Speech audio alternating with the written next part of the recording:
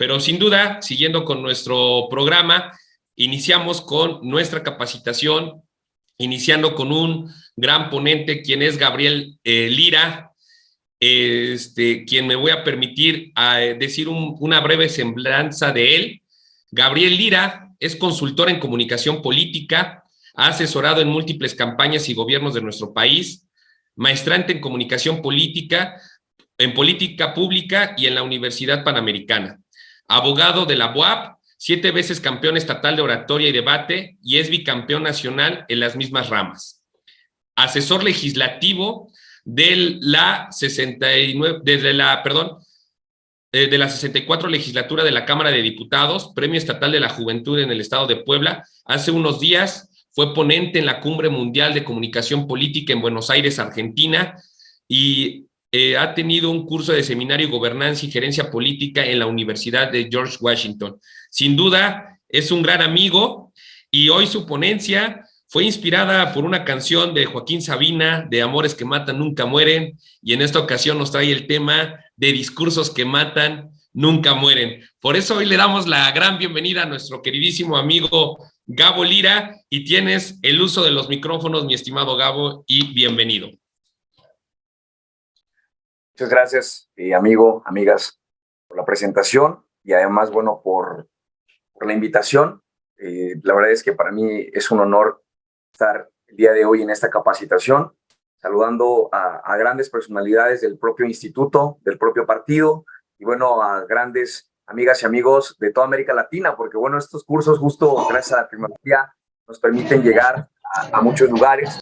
Y bueno, gracias por la presentación. Y la verdad es que me siento muy contento, sobre todo porque los que han antecedido en el uso de la voz han mencionado algunos temas que me parece que son importantes, y justo antes de poder empezar la presentación, digamos que en forma, es algo que yo quiero los que están escuchándome, y es que no pretendo que esto sea un monólogo, no pretendo que esto sea nada más un tema en el que ustedes no participen. A mí me gusta que esto sea dinámico, me gusta escucharlos, me gusta que alcen la mano, me gusta que pregunten, me gusta que compartan sus historias. Lo único que les quiero pedir, por favor, es que sea de una manera oportuna para que no cortemos el ritmo de la charla, y además que, bueno, traten de ser lo más concisos posibles, digamos que de tal manera que todos puedan participar, ¿vale? Voy a comenzar esta plática. Para los que no son de México, quizás pueda ser un poquito más difícil, pero para los que son de México y además que pertenecen a este instituto, quiero decirles, si recuerdan, después del discurso del sujeto que están viendo en la presentación, si recuerdan algún otro discurso que haya sido igual de grande o igual de impactante que el de Luis Donaldo Colosio.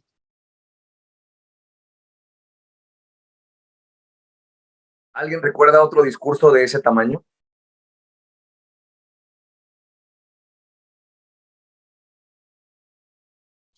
En el chat nos están respondiendo que no.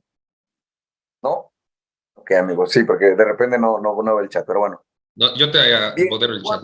¿Cuántos años han pasado desde este discurso? ¿Cuántas décadas han pasado y seguimos hablando del discurso de Colosio?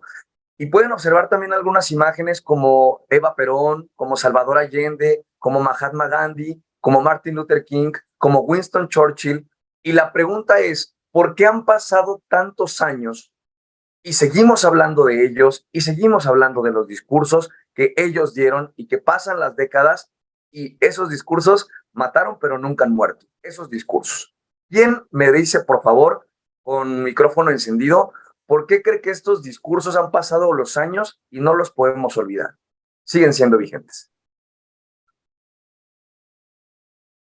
Bueno, tienen un impacto personal, te llegan, te mueven, te comunican, te hacen sentir lo que está diciendo el orador. A mí me parece que el impacto en un discurso es el que recibe tiene que cacharlo bien. Por lo demás puedes pasar 7 horas hablando, no pasa nada. El discurso debe tener elementos de de sentimiento, de llegarte, de conocer a su público, de estudiar el momento. Lo que hemos aprendido aquí en varios cursos tiene que ver con el contexto, dónde estás, con quién estás, diriges, cómo te diriges y de qué vas a hablar y qué vas a proponer. Refería yo por escrito, y con esto termino, el más reciente discurso en la Cámara de Senadores de un senador del Grupo Plural que le dijo sus verdades al secretario de la Defensa sin ofenderlo. Es un segundo discurso que la verdad podemos guardar para la historia. Es cuanto, y muchas gracias por el permiso. No, al contrario. Yo lo dije y lo voy a respetar durante toda la hora de ponencia. A mí me gusta interactuar. A ver, dijiste algo muy cierto que me quedo con ese punto, y es que hicieron sentir a la gente. Eso es una parte importante a entender. Y en el chat dijeron algo que también es muy cierto, y es que el mensaje, o el mejor mensaje, es aquel que dice lo que la gente quiere oír. Ok, ambos razonamientos son ciertos, pero los invito a hacer una reflexión de cómo muchos de nosotros ni estuvimos ahí, ni pertenecíamos al sector al que le estaba hablando en ese momento el político, el candidato, el presidente, el luchador social, y hoy continuamos hablando de esos discursos. Esta reflexión con la que quiero iniciar, la quiero dejar en la mesa para que a lo largo de la presentación ustedes vayan reflexionando sobre eso y hacia allá vayamos encaminando cada una de las participaciones que vamos a ir teniendo. Soy Gabriel Lira, es un gusto para mí estar con el Instituto Reyes Heroles. Este es mi nombre, como aparezco en redes sociales. Para los que gusten seguirme por ahí, de repente voy compartiendo contenido. Y bueno, hoy vamos a empezar reflexionando sobre la importancia del discurso. Y es que, a ver, aquí vemos personas que por supuesto que hemos estado en campañas políticas, desde regidores, alcaldes, gobernadores, senadores, estoy seguro que presidencia de la República también, y no solamente en México, sino que también nos acompañan de varias partes del mundo.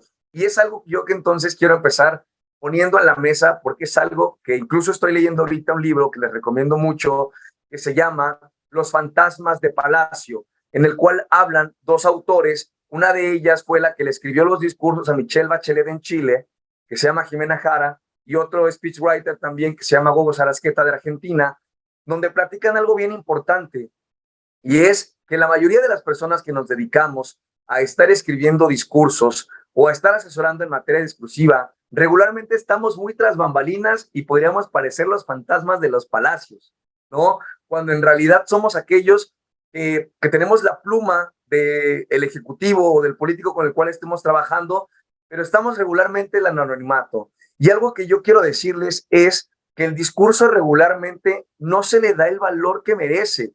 Regularmente en las campañas, quiero preguntarles igual por el chat, ya tengo aquí en el móvil, tengo a la mano el chat. Yo quiero que me pongan, por favor, en las campañas en las que han estado, ¿quién escribe los discursos? Porque de repente, bueno, tenemos que los escribe el que va a ser el jurídico, los escribe de repente el de comunicación, de repente nadie los escribe y la o el candidato son quienes improvisan o desarrollan el discurso. Pero quiero que por favor me vayan poniendo en el chat, en las campañas que ustedes han estado, ¿quiénes han sido los responsables de elaborar los discursos? Ojo, no solamente los discursos grandes, como por ejemplo una toma de protesta o un discurso para una victoria de una campaña electoral, sino el discurso, por ejemplo, cuando van a hablar con los jóvenes, los discursos, por ejemplo, cuando van a hablar con las mujeres, los discursos cuando van a hablar, por ejemplo, las escuelas. Esa parte es muy importante de reflexionar porque, repito, no se le suele dar el valor que tiene el discurso. Y entonces, a ver, en la campaña tenemos de todo tipo de personas. A ver, y tenemos a los que van de avanzada, por ejemplo, e instalan todo el mobiliario. Tenemos, por ejemplo, a todos aquellos que llevan todo el tema de marketing, de mercadotecnia, las lonas y los flyers, etcétera. Y es muy importante su trabajo. Sin embargo, el discurso muchas veces es al que se le da la importancia que merece, ¿no? ¿Por qué? Porque es como que, y no me dejarán mentir, yo soy bueno, el político regularmente dice, yo soy bueno, yo ya tengo tantos años de experiencia, yo no necesito que me ayuden, yo soy bueno hablando, y el orador regularmente cree que porque él cree que es bueno, entonces es bueno, lo cual es algo completamente equivocado. Aquí me están poniendo en el chat, uno mismo lo escribe, sí, a veces sí, y a veces ponen también el coordinador de campaña hace los discursos o el presidente del partido. Claro, sí, y volvemos al punto, ¿no? Además, en una campaña todos tenemos tanto trabajo, pero tanto trabajo, que en realidad lo ideal sería que una sola persona sea la encargada del discurso. Claro que lo debe pasar a evaluación con un grupo cerrado, pero es una persona la que se debe encargar de ello, porque si no, terminamos teniendo múltiples tareas. Y ese es el primer aspecto que hoy quiero que todos ustedes tengan, y es que el discurso no lo puede escribir cualquier persona. Ojo con lo que voy a explicar, porque no quiero que se malinterprete. No me refiero a que deba ser o tener cierta trayectoria académica para poder escribir un discurso, porque me parece que la elaboración de un discurso va relacionada con dos elementos. El primero sí es la preparación, pero el segundo es la experiencia. Conozco personas que no tienen ningún grado académico, pero conocen de tal grado el sector al que le van a hablar o conocen de tal grado al candidato o candidata que no necesitan tener una maestría o un doctorado para poder hacerle los discursos a una persona, pero al mismo tiempo tienen la experiencia necesaria. Y justo al revés, pasa que hay personas que tienen una amplia trayectoria académica o intelectual, pero no conocen al candidato, no conocen a la candidata, o peor aún, no conocen al público al que le van a hablar. Y creen que por tener un grado académico, entonces ellos son capaces de poder elaborar un buen discurso, y ese razonamiento es completamente equivocado. Entonces, no cualquiera es capaz, uno, de escribir un discurso, y dos, no cualquiera puede hacerlo, porque debemos confiar en una persona para que sea la que se encargue por completo del discurso. Miren, aquí me está poniendo Eric Omar. Muy cierto, los que ayudan a la figura siempre menosprecian el trabajo porque solo se dedican a dar la cara, pero quienes impulsan esa imagen son los que están atrás. Precisamente como dices, y hasta los discursos son importantes. Exacto. Además de que déjenme decirles algo, insisto con mucho respeto, porque yo respeto y admiro a un equipo de campaña. Pero a ver, si se equivoca en el discurso el candidato o quien le está ayudando a escribirlo, no va a quedar mal el que escribió el discurso, va a quedar mal el candidato. Si una palabra está mal escrita, si un dato no es correcto, va a quedar mal el candidato o la candidata, no el que le escribe el discurso, no el equipo de campaña. Y ahí es a donde quiero, por favor, que todos los que estamos aquí, los 103 que estamos en el chat, revaloricemos el discurso, porque el discurso ha quedado en el olvido y ha quedado como si fuera algo que cualquiera puede hacer o que es muy sencillo de hacer, lo cual no es cierto. Un buen candidato y una buena candidata le dan el lugar que merece al discurso, lo practican, lo ensayan, lo analizan y eso genera resultados. Quiero comentarles, por ejemplo, del discurso de Luis Donaldo Colosio. Esta imagen la puse del valor del discurso porque me siento muy identificado y no sé si aquí haya, estoy seguro que sí, personas que escriben discursos. Nosotros estamos justo como se ve en la imagen. Estamos detrás de la puerta, estamos detrás de la luz, tras bambalinas, y el que tiene que brillar es a quien estamos asesorando, a el político o la política que a eso se dedican. Y bueno, quería hacer la reflexión del discurso de Luis Donaldo Colosio. Para quien en verdad le interese, les aconsejo ver cómo, hay un video que está en YouTube, cómo Luis Donaldo está ensayando ese discurso por horas y horas y horas, y está con la misma corbata y con el mismo traje que usó el día del discurso. Es un pequeño ejemplo nada más de cuánto pueden llegar a poder ensayar y el valor que merece darle un discurso y poder practicarlo. Dicen por acá también, para mí lo ideal es que el discurso sea conforme a la personalidad de cada uno. Bien, Carla Ayala, es algo que vamos a ver un poco más adelante y es el estilo del orador. Te pido, por favor, Carla, que cuando lleguemos a esa parte vuelvas a comentar algo para que lo volvamos a traer a colación, ¿vale? Bien. Ahora vamos entonces a profundizar en qué es el discurso. Le pueden tomar todos ustedes una foto a las diapositivas, le pueden tomar una captura de pantalla, las pueden pedir, se las pueden pedir al instituto, con mucho gusto se las puedo proporcionar, pero repito, voy a ser un poco técnico, teórico, pero también muy práctico, y si tienen dudas me van diciendo. A ver, quiero con micrófono abierto que alguien me diga qué es el discurso, qué compone un buen discurso.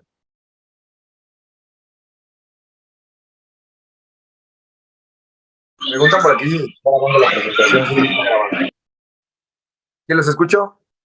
Yo considero que un buen discurso debe de llevar una importante frase de inicio, una frase poderosa que atraiga la atención de la audiencia, de quien me escucha, y que debe de llevar un buen contenido, un contenido que, como decía, creo que Aristóteles, que decía el ethos, el pathos y el logos, que debe de llevar también una emoción, un sentimiento, que lo que yo estoy transmitiendo realmente lo sienta para que las personas a través de esa emoción que yo transmito pueda llegar hacia mi audiencia. Y también es muy importante que el cierre sea muy interesante, que llame a la acción, un mensaje que no hace un llamado a la acción. Call Yo to creo action, que correcto. pues no es un buen discurso si no hace un llamado a la acción, mueva a la acción a la audiencia. Claro, bien. En el chat igual nos ponen un fin práctico, entendible y motivador. Se debe enfocar conforme al estudio sectorizado de la zona, es cierto, y bueno, debe tener los intereses sociales que se buscan proyectar. Todos tienen la razón. Yo les voy a explicar hoy literalmente las formas para que ustedes puedan hacer un buen discurso, o si ustedes le están ayudando a alguien, que aprendan a hacerle un buen discurso a esta persona. Vamos a dividir el discurso en dos de entrada: el cómo y el qué. Los más técnicos le llamaríamos el fondo y la forma, pero para ustedes los vamos a dejar en el cómo y en el qué. Vamos a empezar entendiendo el cómo dar el discurso. Quiero que por favor presten atención a las imágenes que están viendo en su pantalla en este momento y que observen cómo cada uno de los políticos que están en esta imagen representan un estilo diferente. El presidente de nuestro país, me parece que no tengo que ahondar más en ello porque todos aquí sabemos el estilo del presidente, pero volteen a ver a los demás. Volteen a ver, por ejemplo, a Gustavo Petro, el presidente electo de Colombia, que viendo de frente las imágenes es el tercero de izquierda a derecha. Luego vean, por ejemplo, al presidente de Chile, a mi tocayo. No pongan tanta atención en la mano, sino en el rostro. Luego vean, esta pregunta suelo hacerla mucho porque me encanta que interactúen. ¿Quién es la dama vestida de rojo sonriendo que dice "Let's keep moving"? Por favor, pongan en el chat si saben quién es, y si no, ahorita yo se los digo. Vemos a la reina Isabel, vemos a un sujeto que nadie lo conocía, entre comillas, hasta antes del conflicto con Rusia. Vean, por favor, a Nayib Bukele, que es el chico que vende gorra. Para quienes no lo conozcan, se los presento: es el presidente de El Salvador. Y a ver, así como lo ven con gorra y de tenis, él de repente va con las Fuerzas Armadas y así habla con ellos. Vean a Angela Merkel, vean a Trump, vean a Obama. Y justo lo que les quiero decir es que cada orador y que cada sujeto tiene un estilo diferente para poder hablar. ¿Por qué lo quiero dejar en claro desde un principio? Y va conforme a lo que decía Carla. A ver, aquí hay un tema importantísimo. El orador no debe copiar, ni debe buscar imponerse un estilo. Debe adaptar el propio y ser una especie de camaleón para que según las circunstancias sea lo que proyecte, ¿vale? ¿Y por qué lo quiero dejar en claro? Porque muchas veces buscamos evaluar o imponer un estilo al político o a la política o al candidato o a la candidata, y lo cual es completamente equivocado. Cada uno de ustedes, incluso sin ser candidatos, escuchen muy bien lo que les voy a decir, tienen una esencia como personas, y esa esencia como personas debe ser respetada. No busquen cambiar, no busquen copiar estilos, ni busquen, por ejemplo, porque pasa mucho, es que a mí me gustó el discurso de tal persona o de tal candidato, y entonces uno busca copiar y uno cae en el error. Claro que deben tomarlos, digamos, como inspiración, pero no busquen copiar jamás un estilo. Y esto es lo que puede componer a un buen discurso, al menos todo lo que nosotros debemos tener en consideración para poder escribir un buen discurso.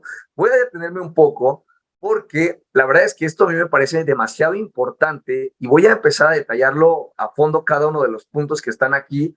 Espero que igual si tienen dudas me pueden ir deteniendo. Y lo primero que debemos tener en consideración nosotros para poder escribir un buen discurso es tener una correcta narrativa. ¿Quién me dice qué es una narrativa? ¿En el chat o con micrófono prendido? Los escucho. ¿Qué es una buena narrativa o qué entienden por narrativa?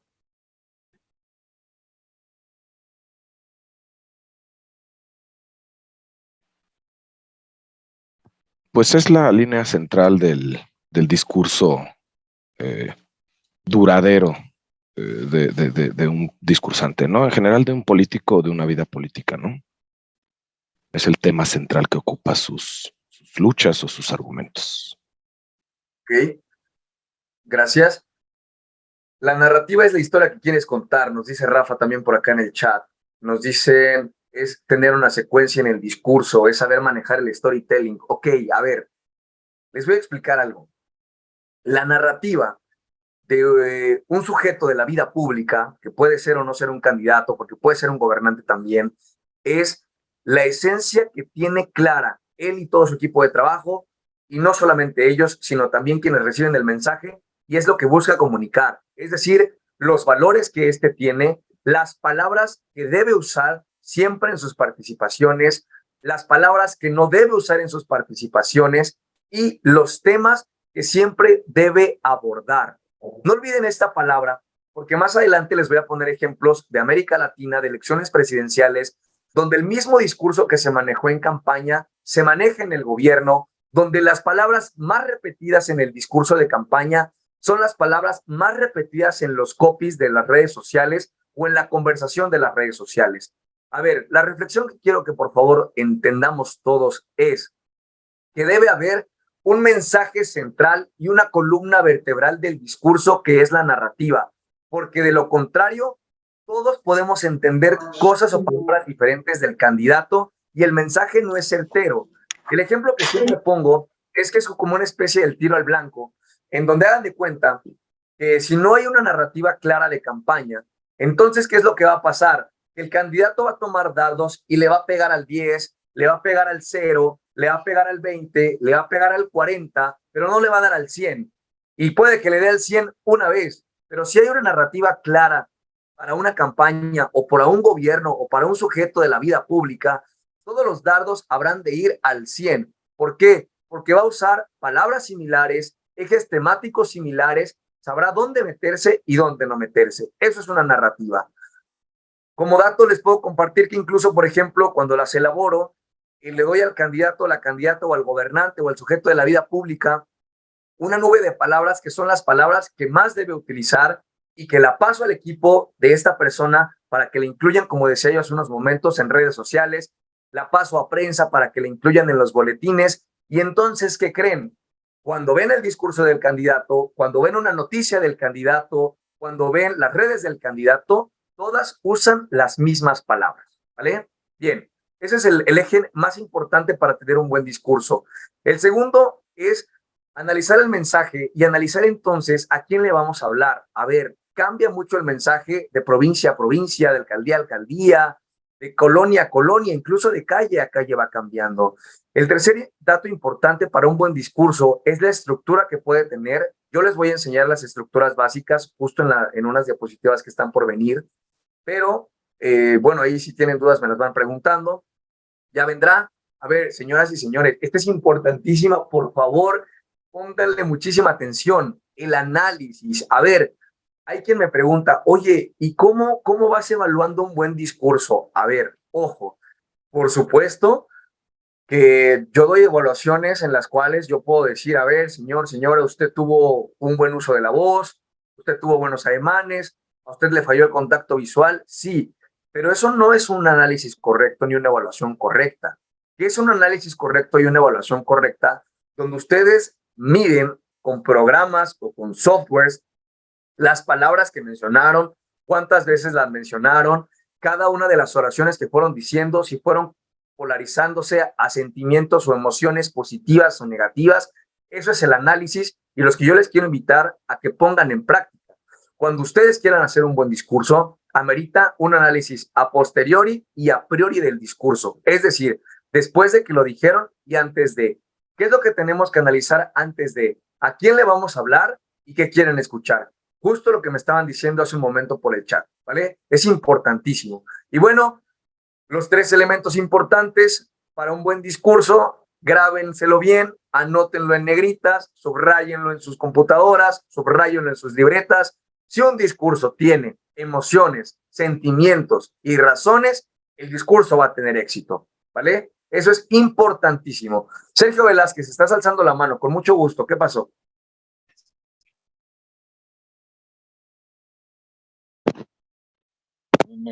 Me agradó mucho. Fue el discurso de la senadora Claudia Ruiz Massieu. La verdad, ese discurso empezó a mover, al menos en mí y algunas personas que estuvimos ahí en la sede del PRI. Nos empezó a mover nuestras emociones, ¿no? Claro. Porque siento que su discurso fue como un sentimiento muy grande hacia todas las personas y todas las personas que realmente no merecemos este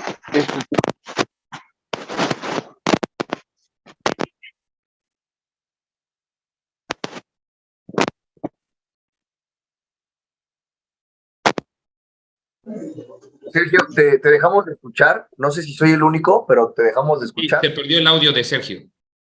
Ok, a ver, muy bien. Vamos. Ya, Preguntan por aquí. ya, a ver, Me pregunta Carlos ya. Uriostegui. En lo que vuelve Sergio, me pregunta Carlos Alberto Uriostegui. Danos un ejemplo de un discurso que hayas escrito. Va, me gusta. Les insisto, a mí me gusta interactuar, no me gusta que esto sea un monólogo. Obviamente, por cuestiones de ética profesional, yo no les puedo decir nombres ni lugares, pero les quiero poner un ejemplo bien padre.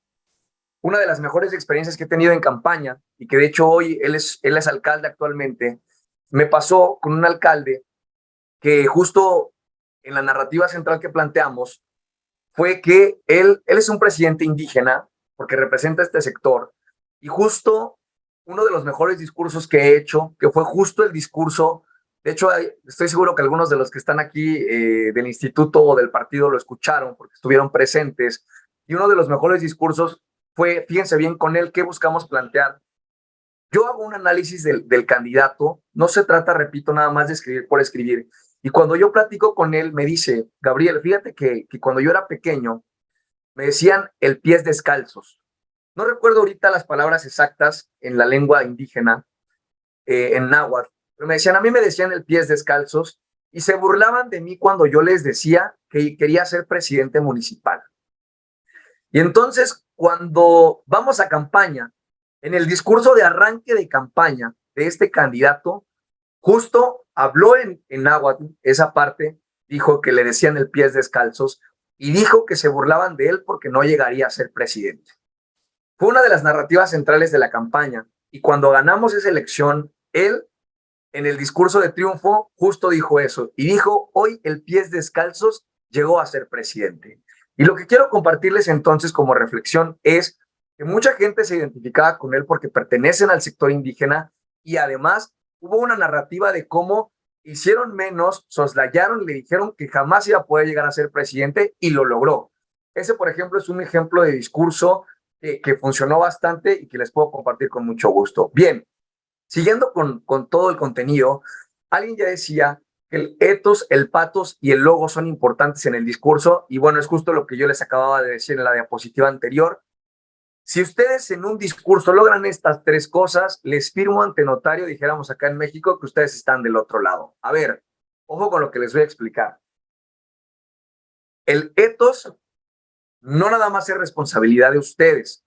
El ethos es responsabilidad también de las personas que les escuchan, porque el ethos es la credibilidad que ustedes pueden llegar a tener o esa imagen que perciben de ustedes. Ajá. Por ponerles un ejemplo, si yo ahorita les digo, ¿qué piensan de Lula en Brasil? Sin necesidad de que lo conozcan, Lula ante ustedes puede tener cierta imagen o cierta credibilidad. Si yo para los que no son de Brasil o los que no conocen a Brasil, para los que no son mexicanos, por ejemplo, yo les puedo preguntar qué perciben de Andrés Manuel López Obrador, y ustedes, aunque no lo conozcan, aunque no sean mexicanos, pueden tener cierto ethos o cierta credibilidad del sujeto de la vida pública. Y ustedes, como oradores o oradoras, o a los que asesoren, tienen un ethos o una credibilidad o una imagen. Tómenla en consideración, por favor. Y me voy a permitir poner un ejemplo. A ver, me tocó por un día una candidata que toda la vida fue de alta alcurnia, que toda la vida tuvo dinero, que toda la vida tuvo todo, nunca fue al campo, nunca se ensució las manos, y de repente la señora quería ir con un pantalón de una marca muy reconocida, carísima, de París, y la señora quería ir al campo con un pantalón de esos, romperlo ella en casa e ir al campo a tomarse una foto con los campesinos. Discúlpenme, pero eso no iba a funcionar. Y no solo no iba a funcionar, sino que nos iba a resultar contraproducente, porque el ethos de esa candidata no era el ideal para poder hacer eso. Segundo, las emociones y los sentimientos. Eso es lo que más mueve a las personas, y les pido que hagan un ejercicio de reflexión honesto y que se pregunten a ustedes mismos cómo toman sus decisiones y por qué las toman. Me voy a permitir hacer una pausa muy fuerte aquí. Repito, ustedes en su vida diaria, ¿cómo deciden? ¿Y por qué deciden? No me respondan, ni en el chat, ni en el micrófono. Reflexionenlo. ¿Cómo toman sus decisiones? ¿Por qué las toman? Les apuesto, y no es su culpa, somos seres humanos, que la mayoría de ustedes las toma basadas en emociones o en sentimientos. Y el último elemento que compone un buen discurso es el logos, que tiene que ver con la lógica, que tiene que ver con la argumentación, que ya en unos momentos les van a hablar de ello, que tiene que ver con el razonamiento, ¿vale? En este último aspecto que tiene que ver con la lógica, bueno, son los datos, es la ciencia, lo que se incorpora en el discurso, la propuesta. ¿Qué es el patos en el discurso? ¿Cuáles son las emociones y los sentimientos en el discurso? Las frases que llegan, las historias que penetran, los discursos que matan nunca mueren son estos, los que llevan dentro de sí los elementos suficientes para que pasen los años y la gente se siga acordando de nosotros.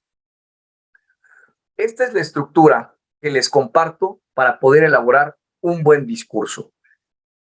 Tómenle foto, anótenlo como ustedes quieran, pero esta es la estructura básica que yo sugiero para poder tener un buen discurso y me voy a permitir explicarla. A ver, el exordio, que es la parte fundamental del discurso, que es la apertura del mismo, es lo más importante que ustedes van a tener, al menos al momento de hacerlo. ¿Por qué? Porque, señores, si ustedes en 3 segundos no captaron la atención de quienes le están escuchando, la otra persona se va a quedar en el celular, se va a dormir o va a estar pensando en 1000 cosas, pero no va a estar pensando en el discurso. Ustedes tienen 3 segundos para aperturar el mensaje de manera diferente. Y aquí, con mucho respeto para todos mis paisanos mexicanos que me están viendo, en este país tenemos una mala costumbre. Solemos iniciar los discursos, buenos días, buenas tardes, y eso es aburrido y eso ya no funciona. Solemos, por ejemplo, cuando viene la parte del saludo, saludar a 20 personas que están en el presidium, desde el regidor, el representante, el delegado, el del sindicato, todo el mundo queremos saludar, y eso es aburrido y perdemos la atención de la gente. Nosotros tenemos 3 segundos para poder captar la atención de nuestra audiencia, y hoy les voy a dar varias maneras de poder abrir un discurso. La primera es hacerla con una frase.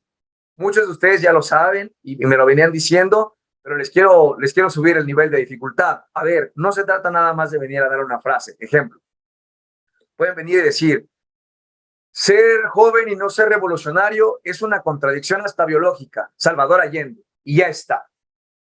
Pero ¿qué les parece si me dicen, hubo un hombre que entendió, muy adelantado a su época, que entendió que la juventud y la experiencia podían hacer buen binomio? Hubo un hombre que se convirtió en líder social y que luchó hasta los últimos de sus días y que incluso le costó la vida alzar la voz. Hubo un hombre que se convirtió en revolucionario y continuó describiendo quién fue. Y entonces digo, hubo un hombre revolucionario de nombre Salvador Allende, que en Chile, que fue chileno y que dijo alguna vez, ser joven y no ser revolucionario es una contradicción hasta biológica. ¿Cuál tiene mayor eficacia? Por supuesto que la segunda, porque estoy describiendo al sujeto. E incluso pueden decir ustedes, hubo un hombre con un bigote muy característico, hubo un hombre con unos lentes muy característicos, hubo un hombre con un tono de voz muy característico. Y entonces, ¿qué hacen? Hacen que la gente comience a imaginarse y a entender que no le vamos a decir nada más una frase, sino que le estamos contando una historia. Frase puede ser el elemento número 1, la carta número 1 que pueden jugar.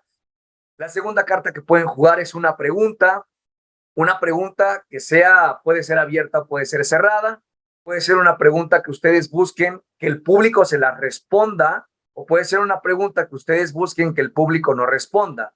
También pueden abrir, por ejemplo, con un dato, o también pueden abrir con un objeto, ¿vale? ¿A qué me refiero con abrir con un objeto? Este es muy particular, muy particular, pero puede llegar a funcionar. Por ejemplo, llegan a dar un discurso, por ejemplo, al sector salud, y ustedes tienen un cubrebocas a la mano, o un barbijo, le dicen por allá en Sudamérica. Entonces ustedes tienen un cubrebocas a la mano y lo pueden usar y pueden decir de repente, pues, vamos a suponer que aquí está mi cubrebocas, aquí lo tengo en la mano, y pueden decir, esto nos cambió la vida, y pueden continuar a desarrollar una historia alrededor de lo que tienen en la mano, ¿vale? Que es un objeto. Bien, repito, frase, pregunta, historia o objeto, son lo que yo les puedo sugerir. Ahora, Luego vendrá el saludo. En el saludo, bueno, ya les acabo de decir, por favor no pierdan 3 minutos haciéndolo. Luego vendrá la introducción al tema, que aquí pueden ser, regularmente yo sugiero que sean deductivos o inductivos, pueden ir de lo general a lo particular o de lo particular a lo general, como ustedes quieran. Luego vendrá el desarrollo y viene una parte importantísima también que hace rato me decían, hay que llamar a la acción. El call to action, claramente, y ese viene aquí, antes de cerrar el discurso, ¿vale? Y bueno, si es campaña, recuerden que un discurso sin propuesta no es discurso, ¿vale?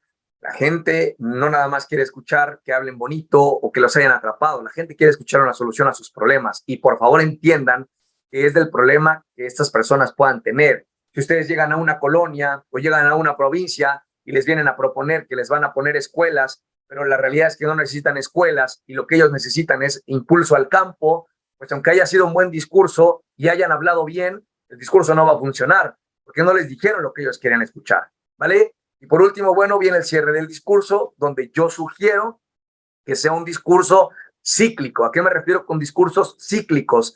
A que terminen retomando con lo que abrieron, la frase, la pregunta, el dato o la historia con la que abrieron, ¿vale? Y entonces les quiero preguntar algo en este momento que en sus pantallas ven. En Argentina, cuando vi esta ponencia, me pasó algo muy curioso. Vamos a ver qué pasa esta vez. Yo les quiero preguntar una cosa. ¿Qué color ven en este momento en su pantalla? Pónganlo por favor en el chat. Aquí sí quiero que participen varios. No con voz, pónganlo por favor en el chat. ¿Qué color ven? Blanco. Azul.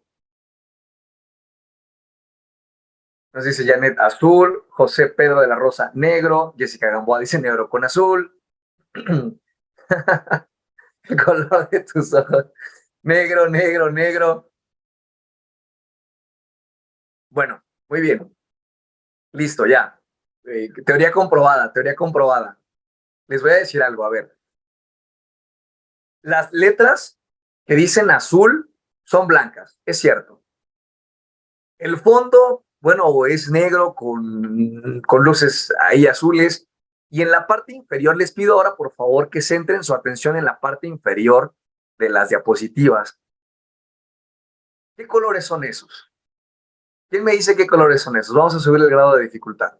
¿Qué colores son la barra que está al inferior de la diapositiva?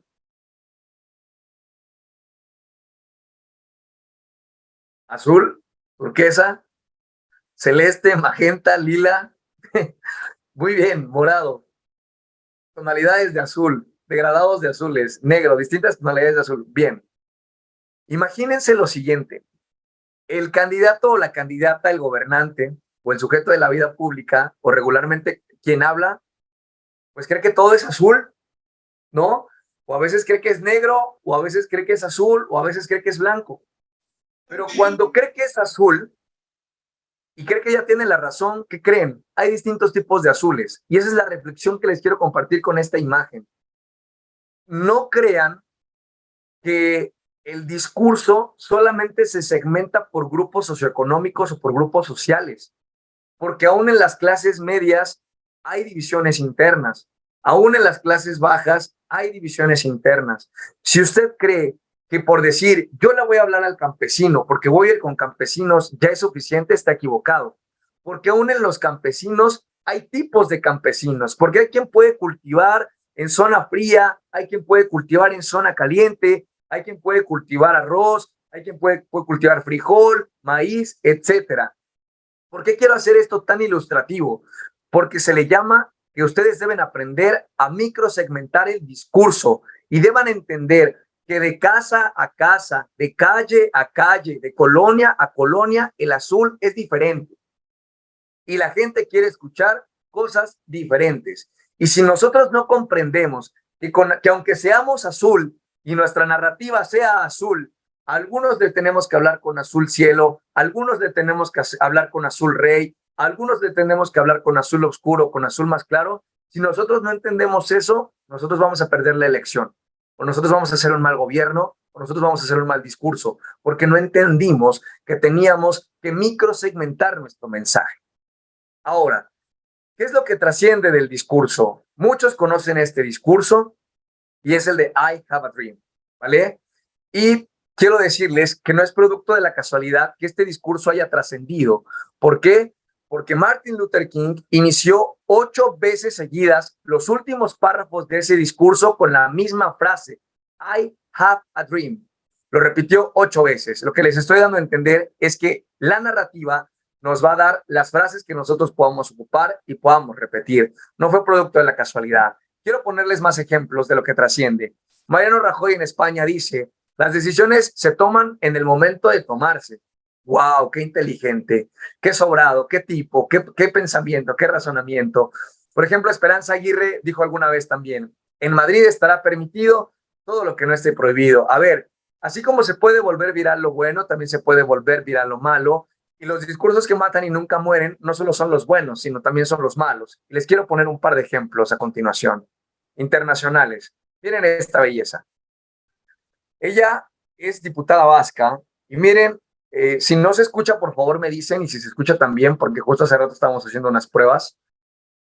Escuchen, por favor, y pongan atención. La verdad es que decidí improvisar, pero cada vez que improviso creo que asusta al personal.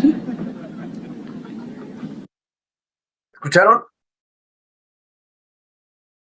¿O no se escuchó? Me importa mucho saber si se escuchó. Me escuchó perfecto. ¿Sí? Muy bien. Lo repito. Vean, por favor, es diputada, está en una aparición pública y vean lo que dice. Vean lo que dice. La verdad es que decidí improvisar, pero cada vez que improviso creo que asusta al personal. ¿A quién se le ocurre decir?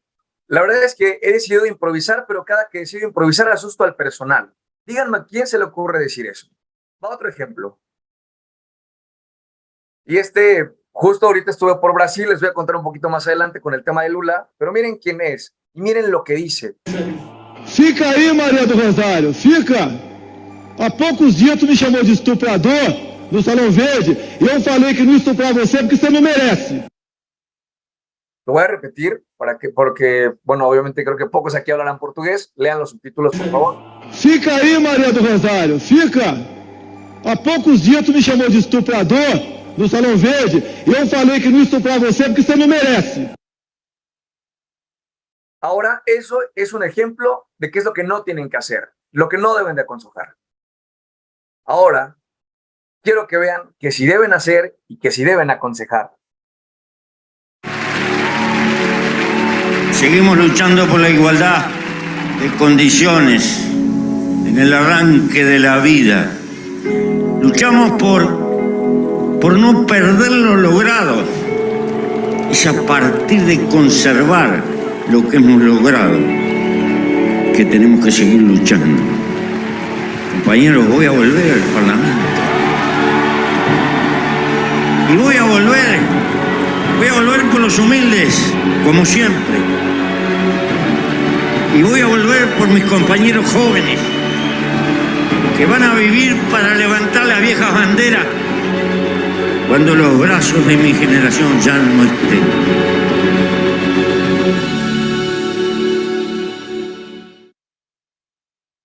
¿Qué les pareció? Opiniones. Por supuesto que saben quién es. Para quien no saben quién es, bueno, pues es Mujica, el expresidente de Uruguay. Opiniones.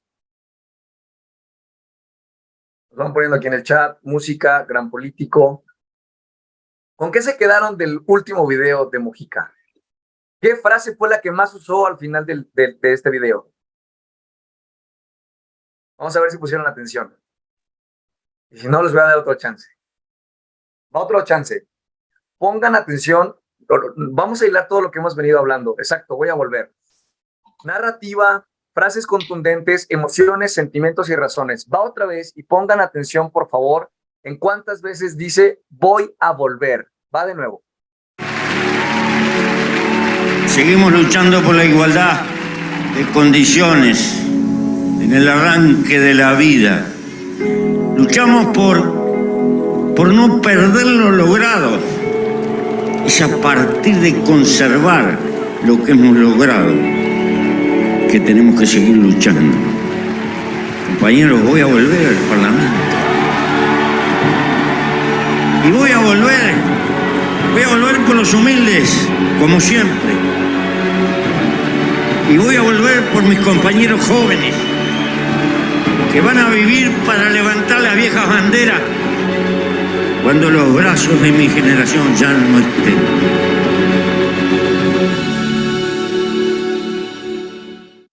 Y bien, la frase icónica es, voy a volver. Y no hay datos, no hay razones, hay emociones y sentimientos, y eso es lo que tiene mucho más, mayor de eficacia en un discurso, ¿vale? Te los quería compartir porque a final de cuentas les mostré que no se debe hacer. Este es un ejemplo de que sí se debe hacer. Nos ponen aquí en el chat aportaciones muy valiosas, lo repite varias ocasiones, exacto, 3 veces. Fíjense bien, aquí hay Claudia Aguilar, no sé de dónde sea. Claudia está diciendo algo muy importante y que espero que lo hayan notado. Dice 3 veces voy a volver y busca persuadir al Parlamento con los humildes y los jóvenes. ¿Por qué? Porque justo el discurso va hacia ese mensaje y hacia ese target. Como este spot, hay muchos otros con frases diferentes, pero porque buscan convencer a otro tipo de personas. Este buscó justo convencer al sector que nos están diciendo. All right. Thank you. Ahora, por favor. I didn't even plan to do this. I love you back.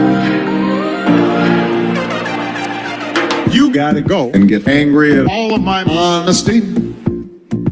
You know I try, but I don't do too well with apologies. I hope I don't run out of time. Could someone call a referee? Because I just need one more shot at forgiveness. Se vale bailar si quieren, o cantar. A ver, ¿cuál es la reflexión que quiero hacer sobre este video de Barack Obama? Grábense, por favor, lo que les voy a decir. El buen discurso no es que sea excelso o que sea un discurso que mate y nunca muera los 10 minutos o los 20 minutos. El discurso que mata y nunca muere es aquel que tiene pequeñas frases cortas que son las que trascienden. ¿Y por qué me gusta poner este ejemplo? Porque Barack Obama fue capaz de dar frases cortas y tan poderosas que varias de esas frases lograron hacerle una canción. Es decir, lo que les busco decir es que cuando hagan un buen discurso, no se preocupen tanto porque, wow, tenga 80 párrafos o 20 párrafos súper bien dichos. No, preocúpense porque cada párrafo o algunos párrafos sean tan contundentes que sean los que van a hacerse virales en TikTok, que sean los que se van a hacer tendencia en Twitter, que sean los que van a convertirse en un reel. Eso es lo que ustedes deben buscar en un buen discurso. Va otro ejemplo, y ahora es Gustavo Petro, el actual presidente electo de Colombia. Les quiero contar un poquito del discurso de Gustavo Petro cuando ganó la presidencia. Duró más de 40 minutos, tuvo 11 millones de votos, solo en su página oficial tuvo 3.6 millones de reproducciones, más de 187,000 comentarios, y les quiero decir que las 3, digamos, batutas, los 3 ejes del discurso, que ojo, desde su campaña eran narrativa, lo dijo al ganar y lo mantiene ahora en el gobierno, fueron paz, amor y justicia social. Con todo gusto, después hablamos de temas de política, pero lo que les quiero decir es que la izquierda en América Latina ha estado con todo. Lo demostró Petro y lo demostró Lula en Brasil. Ojo con las 3 palabras. Para los que son mexicanos, no sé a quién les recuerde, pero ver, paz, amor y justicia social. Estas fueron las palabras más repetidas en el discurso de Petro. Justicia social, no traición, amor, metió por ahí temas de cambio climático, metió por ahí un tema de sueños y, repito, justicia social. Ahora, véanlo en campaña, vean a este hombre en campaña. Por eso cuando viene y en el discurso plantea la política del amor, por supuesto que es congruente. Cuando habla de justicia social, de verdad, imaginen lo que les voy a contar. Esto es real. Cuando Gustavo Petro da el discurso de que ha ganado y habla de justicia social, tiene a una madre que perdió a su hijo. Esa foto que ustedes ven es real. Y tiene el cuadro de su hijo. Y la madre habla y dice que nada le va a poder devolver a su hijo, pero que Petro sí puede hacer justicia social por su hijo. Eso es un buen discurso. Emociones, razones y sentimientos. La frase que más utilizó también es que hoy empieza la Colombia de lo posible. Esa fue la frase, así como el I have a dream o el voy a regresar o voy a volver. Esta fue la frase que más utilizó. Véanlo en campaña. Gobernaré para todos. Y vean lo que hacía. Y miren, el día del discurso de la victoria, ¿quiénes estaban con él? Analicen bien las fotos, tómense unos segundos para poder analizarlas. Observen qué edad tiene la persona, qué está haciendo, qué comunica con su rostro, con sus manos.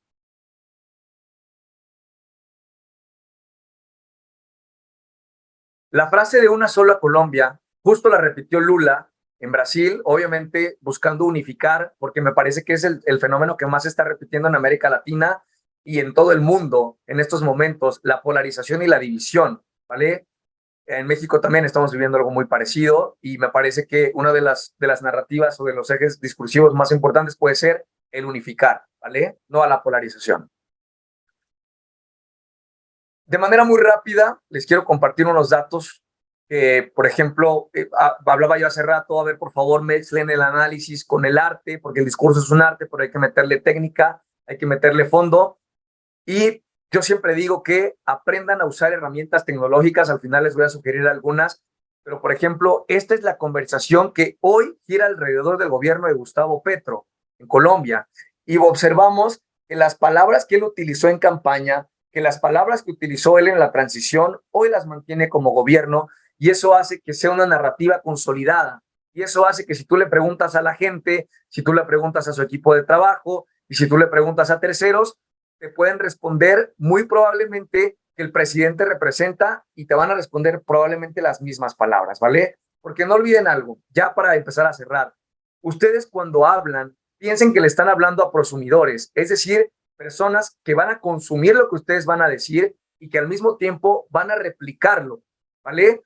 Y si ustedes entienden eso, van a estar del otro lado porque hagan de cuenta que son como micro burbujas o microcápsulas de comunicación, donde, como la imagen que vemos a la derecha, unas a otras se pueden repeler o se pueden ir uniendo de tal manera que se pueden hacer más grandes o más pequeñas. Vamos ahora al ejemplo de Brasil. Estuve por allá el día de la elección.